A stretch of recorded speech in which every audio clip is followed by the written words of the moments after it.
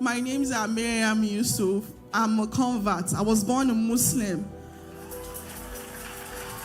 Fast forward to how I joined NSPPD last year through a friend of mine and a colleague. A friend of mine told me about NSPPD, and each time I played, they would just be singing praises. But I would tell her that they're just singing praises, so I should try it again. And in one of the Sunday services, I came with another of my friend who is also an NSPPD member. We're at work, and she said we should come for NSPPD. And we came. Since then, my life has been, I don't know how to describe it, but God has been so faithful in anything I do. I've been the one standing in the gap to pray for my family because they are still Muslims, and I'm the last among 3.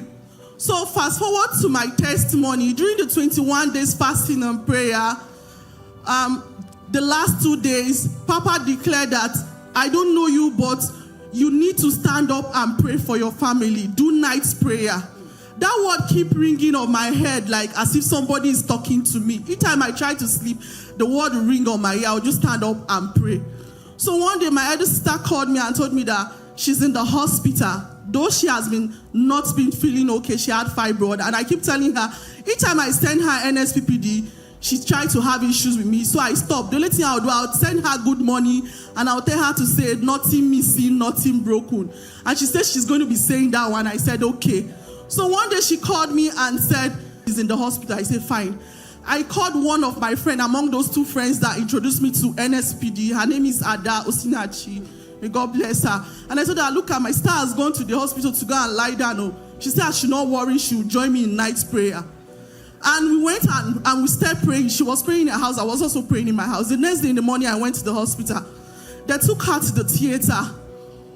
On the scene of the operation, just 1 hour to the operation, after, you know that they'll just numb you. You can't be talking. So she just gave up. It was even one of the nurses that said she's dead. And then they touched her, all her body was already cold. They brought oxygen, very big oxygen. The oxygen finished just like that. They started pressing her chest with something that looks like an iron. I'm not in the medical field. They pressed her chest to jack her up. They were pressing. She was not. So I remember a girl that gave testimony about she using her necklace as a mantle. And I said, even if I'm not with my mantle here, my hand is my mantle. I opened her picture and I put my hand on that picture. And then I played, oh Lord, show me mercy. I don't know, for no reason, I had this strength to pray but not to cry. And I said, oh Lord, you not receive my body or the body of my loved ones. My sister will live to testify your name. And I was praying and I was touching the ground and I was praying. For 2 hours, 40 minutes, my sister was gone. And then she jacked back to life.